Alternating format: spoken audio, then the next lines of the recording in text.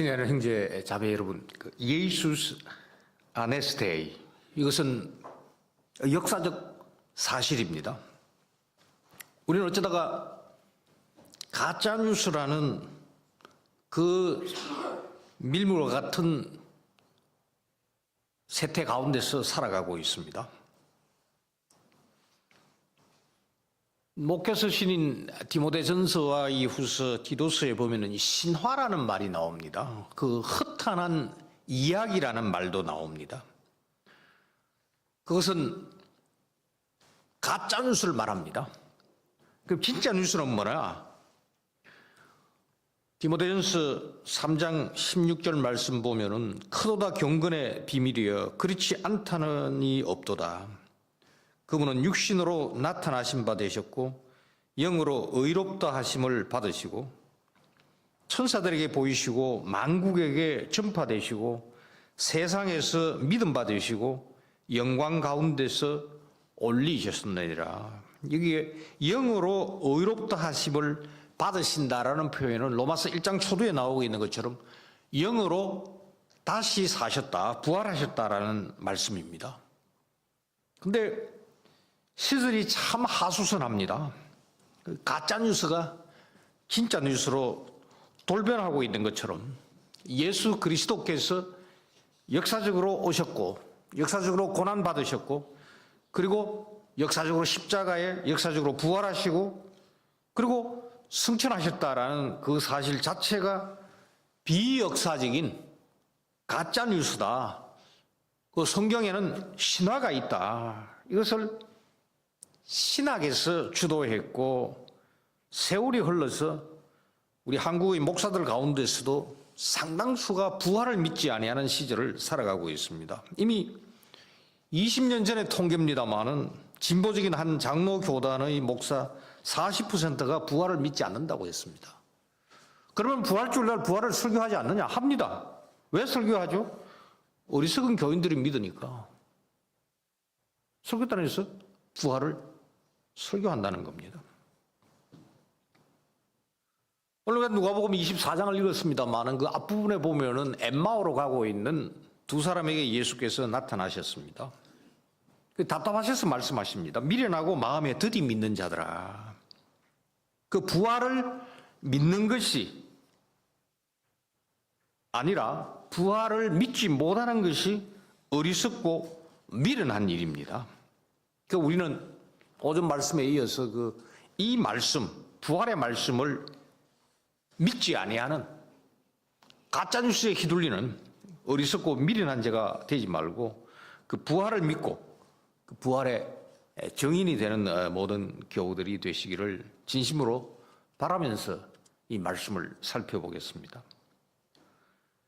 예수님은 고난에서 영광에 들어갑니다. 오늘 읽은 본문에도 그와 같은 말씀이 나오지만은 특별히 그 24장 26절을 보면은 그리스도께서 이런 고난을 받고 자기의 영광에 들어가야 할 것이 아니냐라는 말씀이 있습니다. 그런데 우리는 고난에서 영광으로 들어가는 것이 아니고 영광에서 고난의 삶을 살아갑니다. 우리가 예수님처럼 고난을 통하여서 영광에 들어갈 수 있다고 생각한다면 그 영광을 우리가 살 수 있다는 말입니다. 구원과 영생을 우리 스스로 쟁취할 수 있다는 말입니다. 절대로 그렇지 않습니다. 그리스도에서 고난에서 영광으로 가셨기 때문에 우리는 그 영광을 믿음으로, 부활을 믿음으로 생명, 영생을 부여받고 그 영생한 자로서 고난의 삶을 살아가는 겁니다. 어제 살폈습니다만 부활을 제자들은 믿지 못했습니다. 그러나 우리는 부활을 믿는 증인으로 살아가야 됩니다. 예수께서 십자가를 지시기 전에 겟세마네에서 기도하실 때에 만일 할만하시거든 이 잔을 내게서 지나가게 해 주시옵소서. 그만큼 십자가는 하나님의 아들이신 예수 그리스도에게 가짜가 아니었습니다. 그러다가 가연설이라고 얘기를 하죠. 십자가를 진 것 같았으나 그건 착시 현상에 불과한 것이다.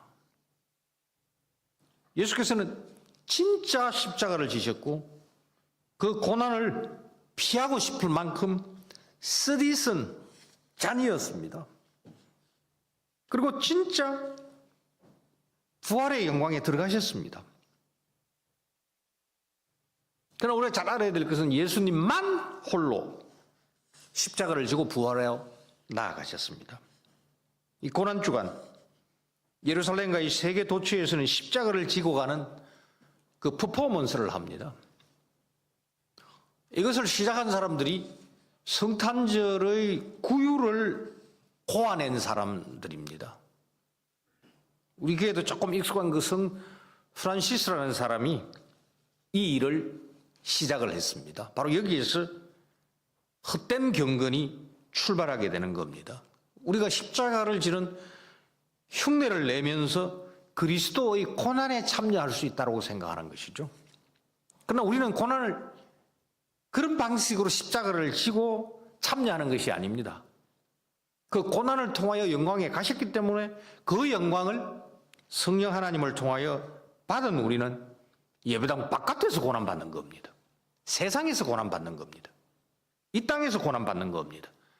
그런 퍼포먼스를 통하여서 우리가 고난받았다라는 것은 그 자상한 여인들이 가지고 있던 그렇게 추천하고 싶지 아니하는 그런 경건의 흉내일 뿐입니다.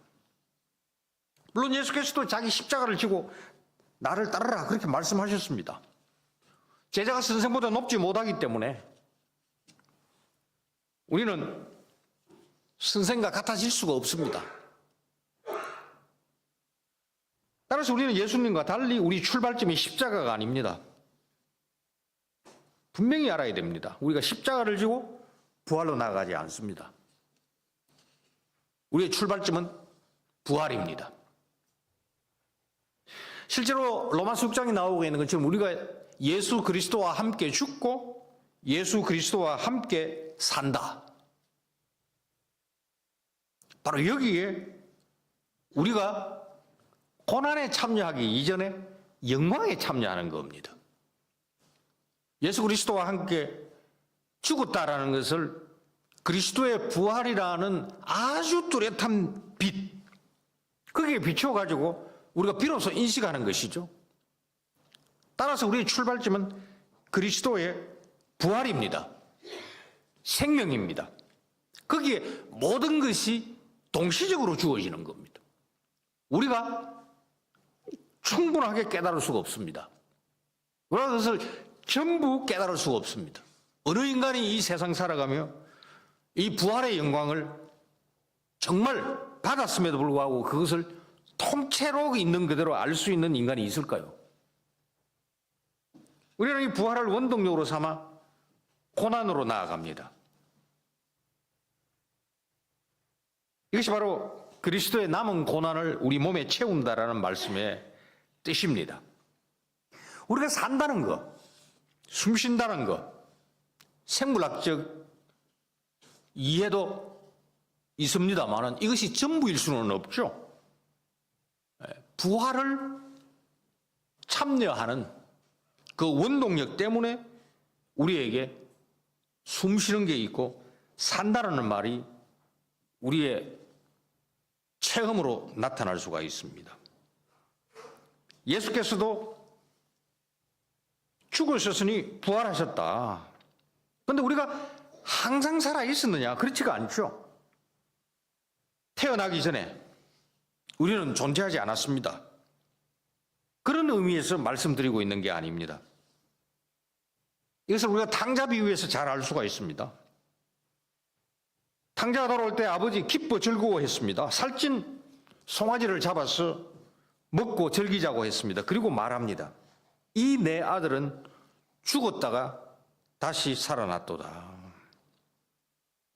그래서 바로 먼 나라에 가서 허랑방탕했습니다. 움직였습니다. 마셨습니다. 그 돈으로 아버지의 돈으로 친구 많이 만들었습니다. 과연 그가 죽었을까요? 움직였죠. 주위에 사람 많았습니다. 그게 바로 죽은 겁니다. 아버지는 큰 아들에게도 너의 동생은 죽었다가 다시 살아났다 그렇게 말씀하셨습니다. 처럼 우리가 죽음에 대한 이해가 아주 분명해야 되는 거죠. 생물학적 죽음을 비로소 맞는 것이 아니고 우리가 예수 그리스도 통하여서 삼위 하나님의 이름으로 세례받을 때에 바로 그 세례받는 그 순간 우리의 존재는 이미 죽은 것이죠. 그 죽은 것을 인정하는 것이죠. 인식하는 것이죠. 깨닫는 것이죠. 선포하는 것이죠.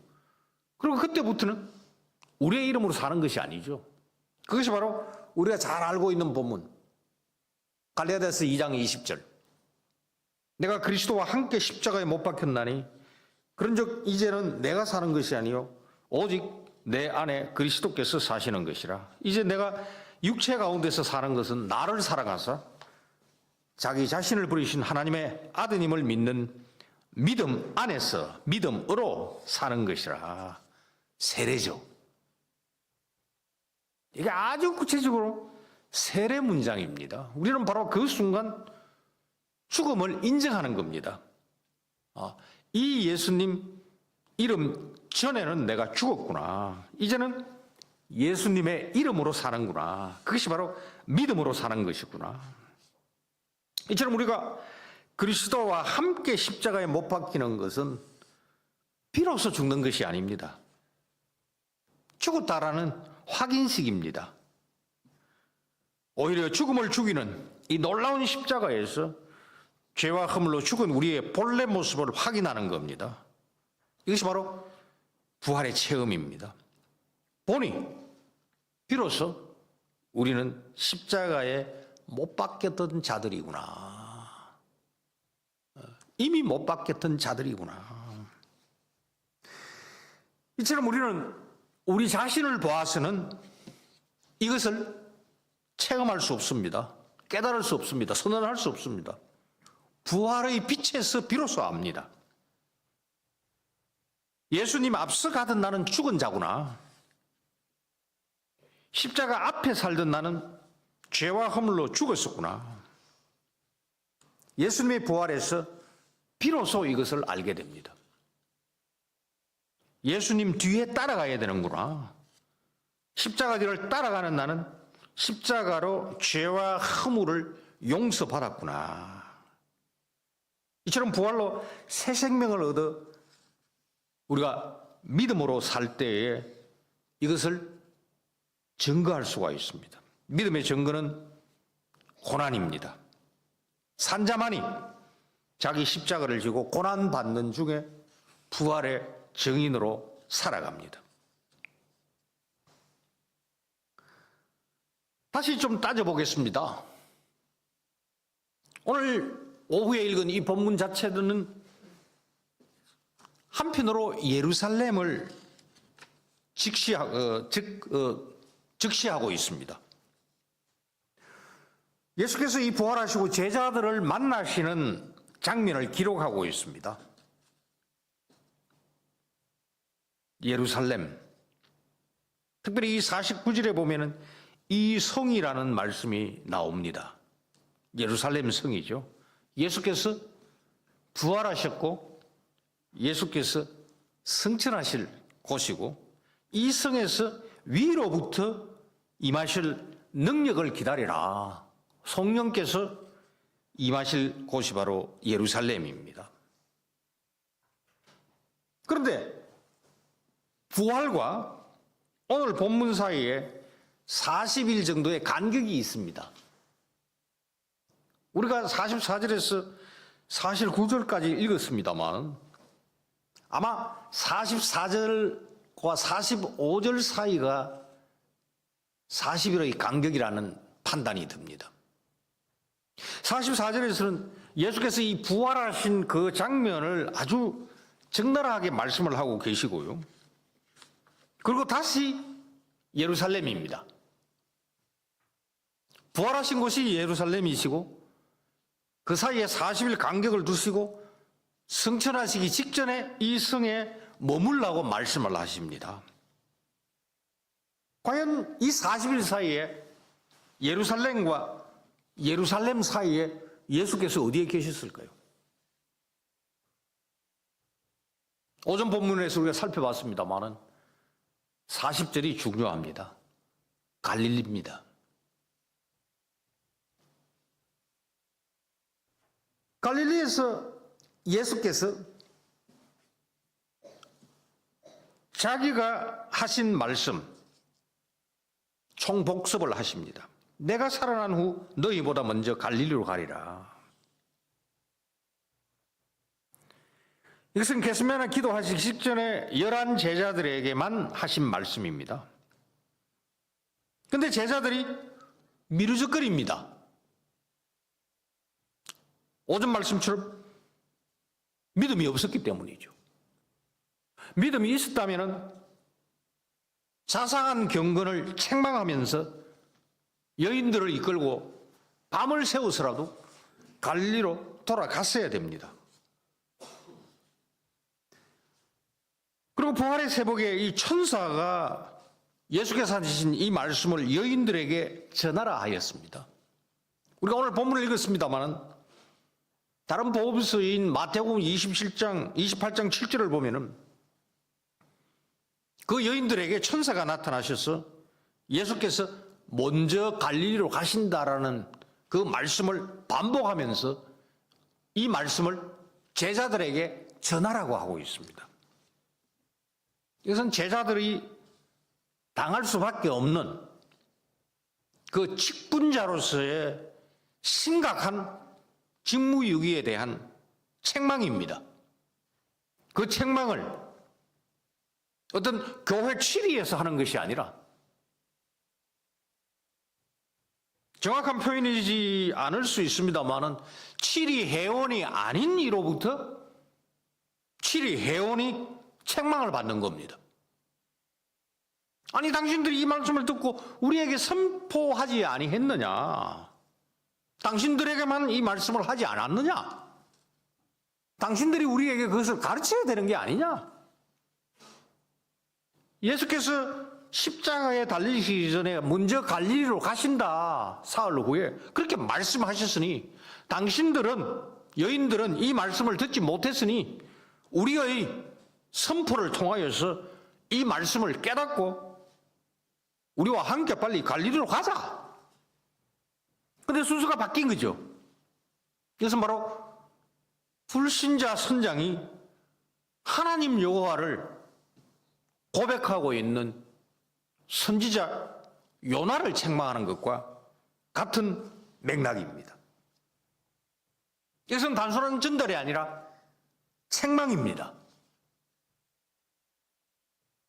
그리고 여인들이 무덤을 떠날 때에 부활하신 예수께서 직접 나타나시사 가서 나의 형제들에게 갈릴리로 가라 하라.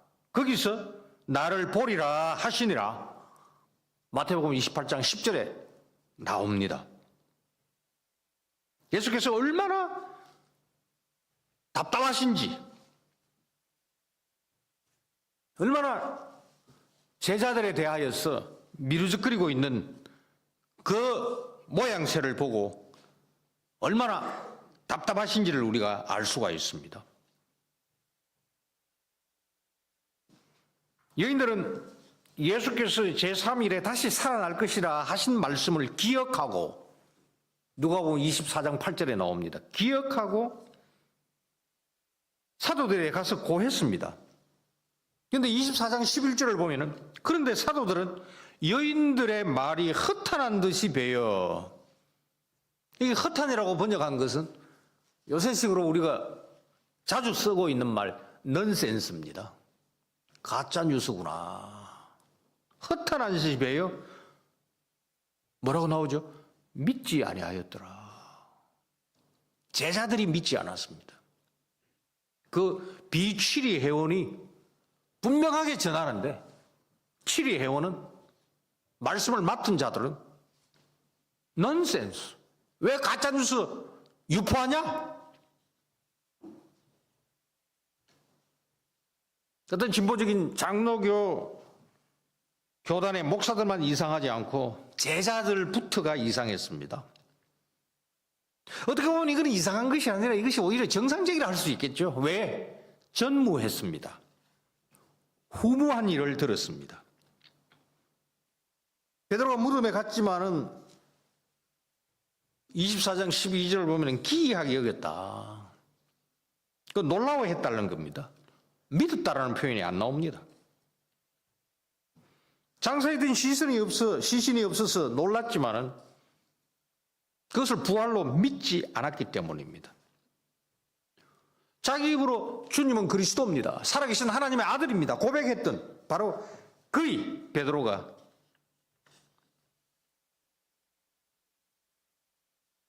스스로 말씀하셨고 부활하심으로 하나님의 아들이심을 증거하신 자기 선생님 그리스도요 살아계신 하나님의 아들이심을 믿지 못한 것이죠.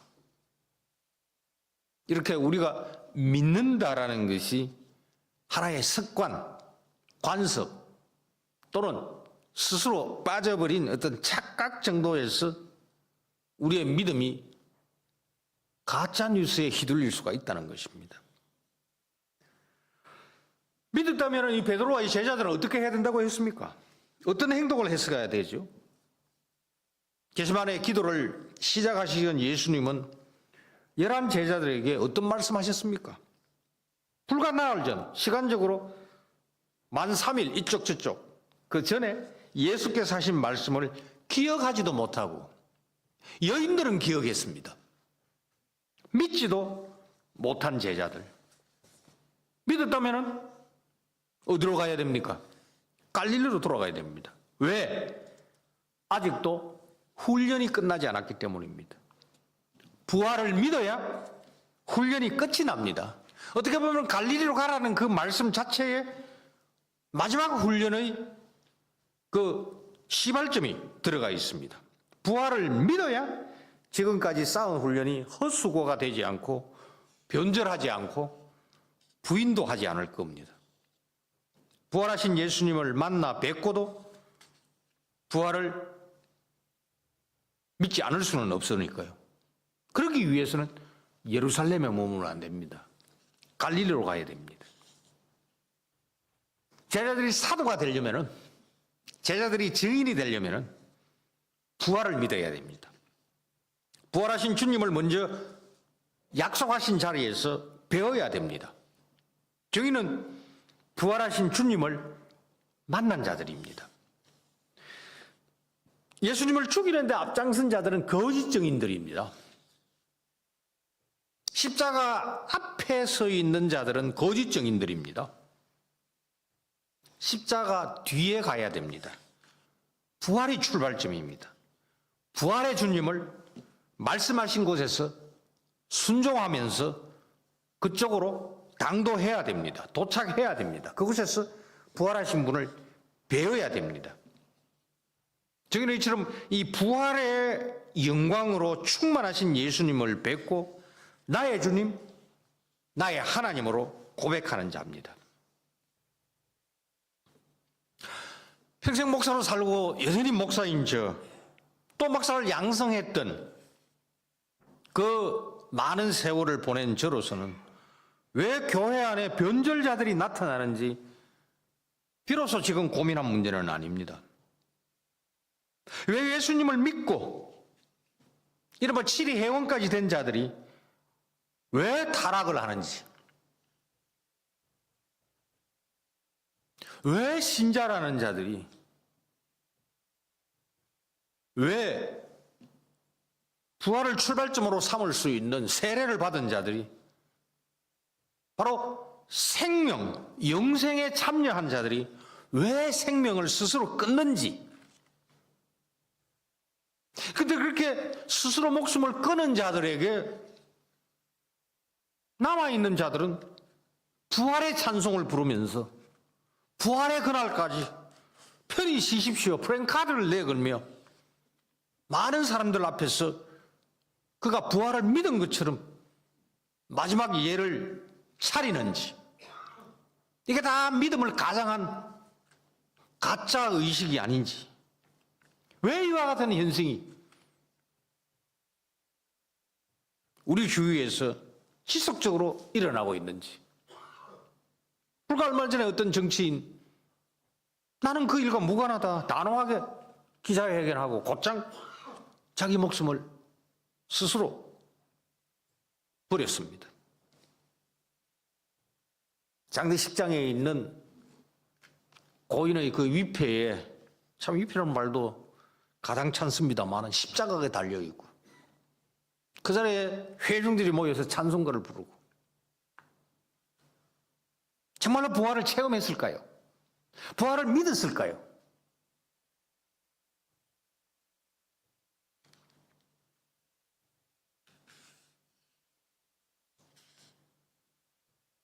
십자가를 지려고 예수께서 예루살렘에 입성할 때의 그 호산나 환영하는 무리를 보십시오. 주의 이름으로 오시느니요. 아무리 그들이 그렇게 외친들 제자를 십자가에 다소서, 바나바를 풀어주소서. 그들에게 속하지 않았으나 게세마네까지 갔던 제자들조차 갈릴리로 가라는 말씀을 기억조차 하지 못합니다. 믿기는커녕 여전히 십자가 앞에 가는 제자들입니다.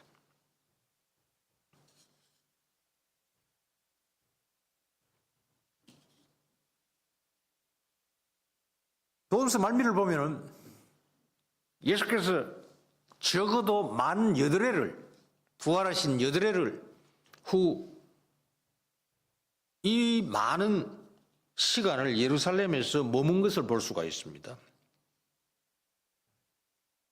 그 8회의 마지막이 오전에 읽은 요한복음 20장에 나오고 있는 그 도마의 얘기가 26절에 나옵니다. 이미 여인들의 말을 제자들이 흩어난 듯이 들어 믿지 아니했던 일. 두 사람이 시골로 가다가 예수님의 다른 모양, 이전에 본 적이 없는 영광의 모양을 보고 돌아와 제자들에게 고했지만 역시 믿지 아니했습니다. 이것이 엠마오로 가는 두 사람의 얘기하고 또 다릅니다. 그 사이에 베드로에게만 나타나셨습니다. 누가복음 24장 34절. 그러면은 바로 갈릴리로 튀어야 됩니다. 그 튀어가는, 도망치는 뒷꼭대기가 부끄러울 정도로 그것을 숨기기 위하여서 그 빈무덤으로 다름질하는 그 속도보다 더 빠르게 베드로는 갈릴리로 튀어가야 됩니다. 방금 말씀드렸던 엠마오 도상에 두 사람이 와서 전할 때에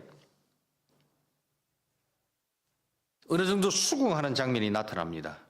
11 제자들이.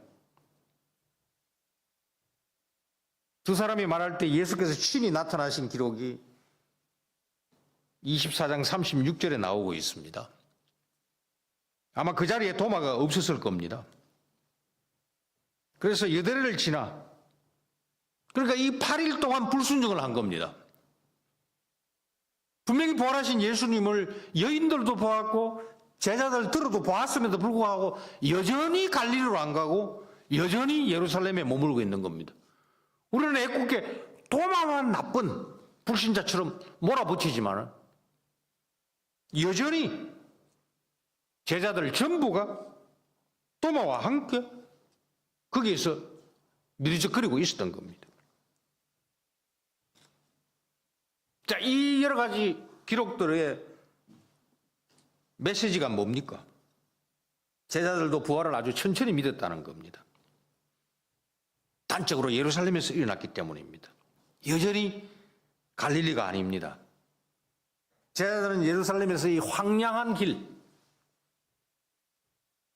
걸어서 갈릴리로 가야 됩니다. 그리고 그곳에서 총정리를 해야 됩니다. 모세율법과 선지자율과 이 시편이 주님 자신을 가리켜 특별히 부활을 성취했다라는 것을 마지막 총정리로 배워야 됩니다. 그리고 변질되지 아니하는 참 정인으로 세움을 받는 것이죠.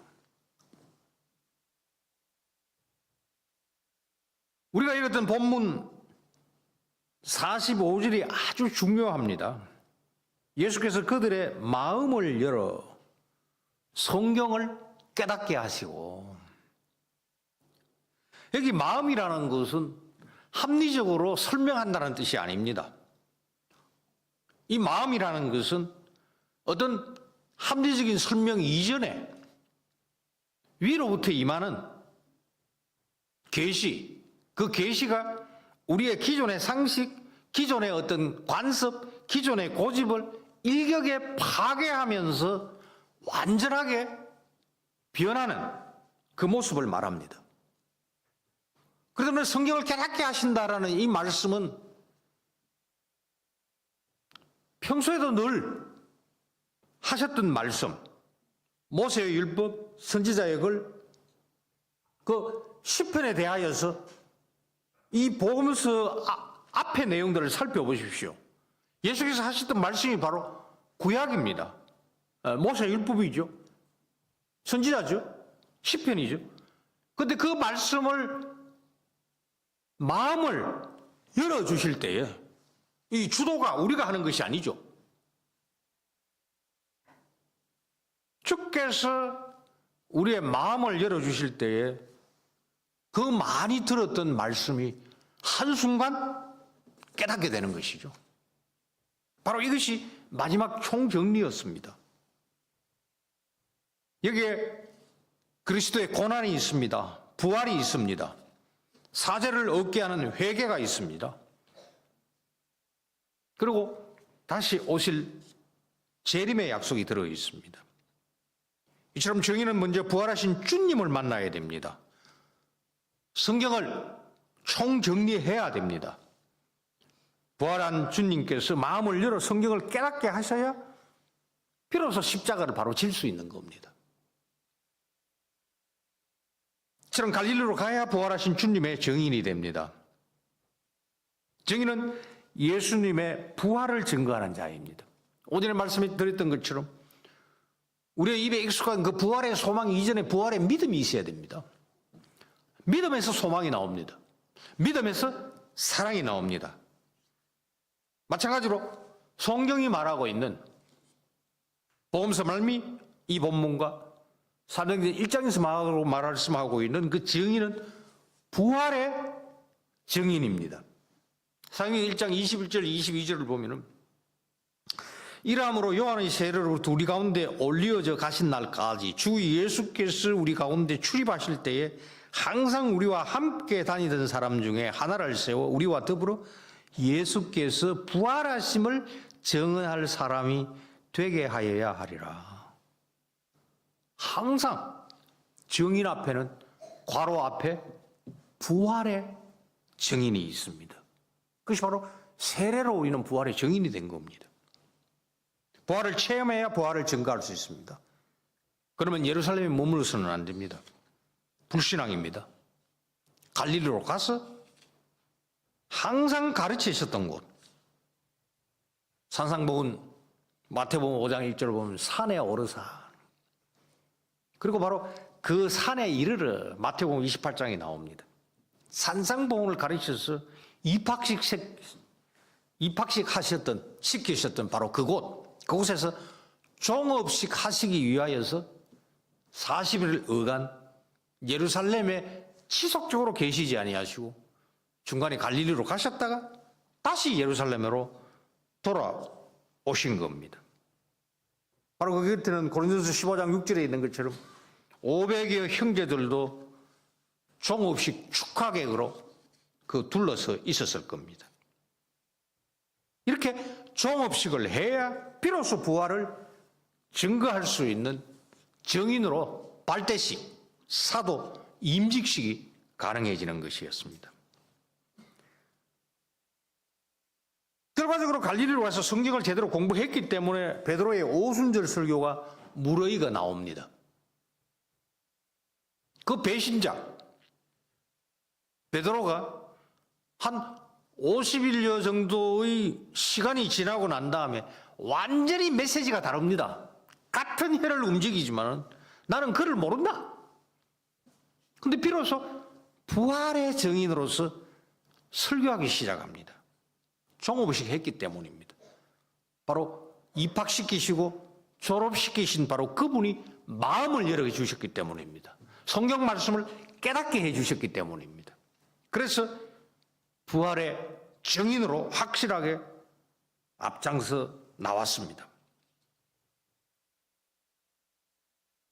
우리는 십자가에 머물러서 안 됩니다. 우리의 신앙 배경인 서방 기독교, 종교 개혁은 라틴어를 쓰고 있는 서방 기독교에 대한 교정이었습니다.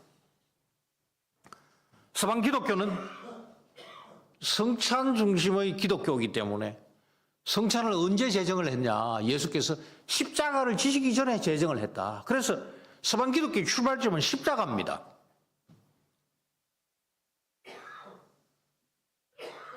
우리가 알지 못하는 우리 신앙 배경 자체가 안타깝게도 왜곡되어 있습니다. 부활이 없으면 십자가가 의미가 없습니다. 꼭 우리가 십자가를 져야, 그래서 그 14스테이션이라고 하지요.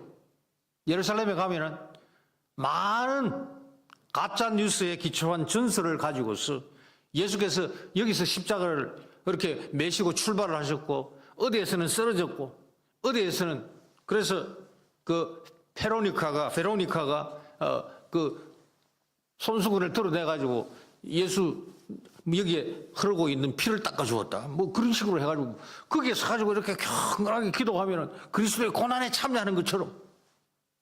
아니에요. 우리는 이미 부활을 체험했기 때문에 그냥 십자가를 지고 14스테이션을 체험하면서 더 경건해지는 것이 아니라 이 세상에서 고난받아야 되는 겁니다. 십자가를 부인하고 있는 자들에게 그 십자가를 질 수 있는 부활의 능력으로 고난받아야 되죠. 그 고난은 예수 그리스도 십자가나 부활 앞에 우리가 받는 게 아닙니다. 그건 예수 그리스도의 몫입니다. 그것은 하나님의 아들만이 할 수 있는 겁니다. 우리의 구속주만 할 수 있는 겁니다. 우리는 십자가 뒤에서 부활을 체험한 생명을 가진 자로서 부활을 원동력으로 삼아 이 땅에서 고난받아야 됩니다. 이 부활의 증인들이 기록한 정은 녹인 성경, 부활하신 주님께서 이 교재로 사용하셨던 성경, 이 성경 말씀 속에서 부활하신 주님의 영광이 빛나고 있습니다.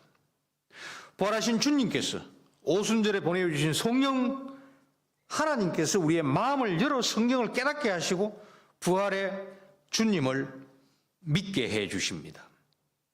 우리 오늘도 마지막으로 사도행전 5장 30절에서 32절 말씀 우리 같이 찾아서 읽도록 하겠습니다.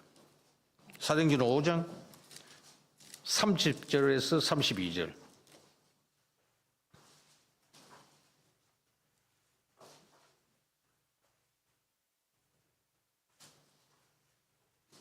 그 사도들의 정인으로서 사도들의 그 증거가 뭐냐? 자, 30절에서 32절 같이 읽도록 하겠습니다. 크게. 너희가 나무에 달아 죽인 예수님을 우리 조상의 하나님께서 살리시고 이스라엘에게 회개함과 죄 사함을 주시려고 그분을 오른손으로 높이사 임금과 구주로 삼으셨느니라. 우리는 이 일의 증인이요 하나님께서 자기에게 순종하는 자들에게 주신 성령님도 증인이더라 하더라. 우리는 부활의 증인입니다. 그런데 우리는 스스로 부활의 증인이 될 수가 없습니다. 우리는 성령께서 부활의 증인으로서, 증거자로서 우리에게 성경 말씀을 깨닫게 해주실 때에 우리는 그 성경 말씀을 주께서 몸소 이루셨다는 거 알고 바로 그것이 한마디로 말하면 십자가가 아니고 부활입니다. 부활의 증인으로 우리는 산자로 살아갈 수가 있습니다. 이 증인들이 기록한 이 말씀을 우리는 펴니다. 기도 가운데 또 다른 증거자이신 성령님의 역사로 우리는 부활을 믿고 부활의 주님을, 이 말씀을 읽고 듣고 그리고 묵상하는 가운데 뵐 수 있게 되기를 바랍니다. 이 설교 중에서도 성령께서 우리 각자의 마음을 열어 성경을 깨닫게 하시고 바로 이 말씀을 통하여 증거하시는 성령님의 능력으로 부활의 주님을 뵐 수 있게 되기를 진심으로 기원합니다. 이미 오신 오순절 성령께서 말씀 중에 우리 각자에게 임하여 우리 각자가 부활의 증인으로 세움을 받기를 바랍니다.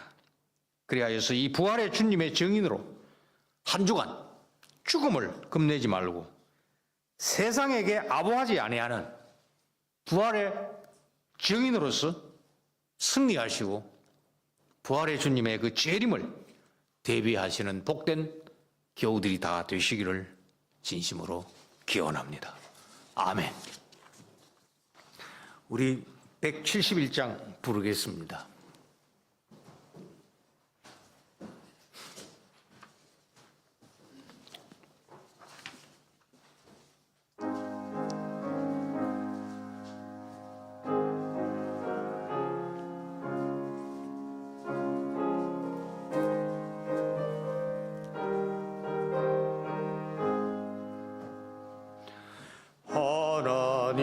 하나님의 독생자 예수 날 위하여 오시었네. 내 모든 죄 사하시려고 십자가를 지셔서 나 다시 사셨네. 살아계신 주 나의 참된 소망 두려움이 사라지네. 사랑의 주 내 갈 길 인도하니 내 모든 삶의 기쁨 늘 충만하네. 주 안에서 거듭난 우리 기뻐하며 찬양하리. 사망 권수엔 넘치는 확신 우리의 가는 길에 소망 넘치네. 살아계신 주 나의 참된 소망 두려움이 사라지네. 사랑의 주 내 갈 길 인도하니 내 모든 삶의 기쁨 늘 충만하네. 선한 싸움 다 마친 후엔 우리 주님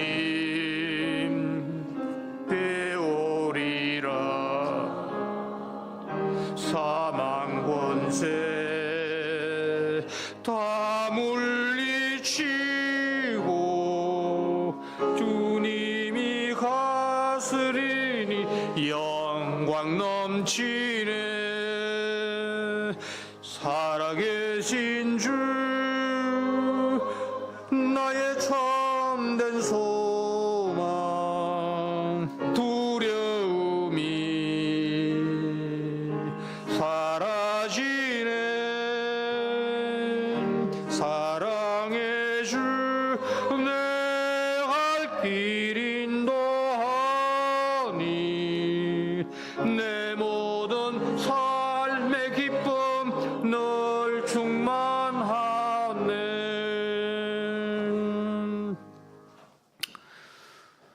자비로우신 아버지 하나님,